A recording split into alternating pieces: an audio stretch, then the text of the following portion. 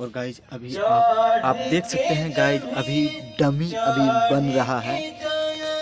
और देखिए कि आप किस तरह भी डमी बन रहा है।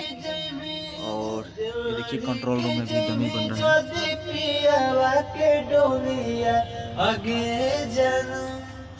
चढ़ के जब जदि पियावा के गोलिया आगे जानो मार ले दिलावा में गोलिया आगे जानो मार ले दिलावा में गोलिया।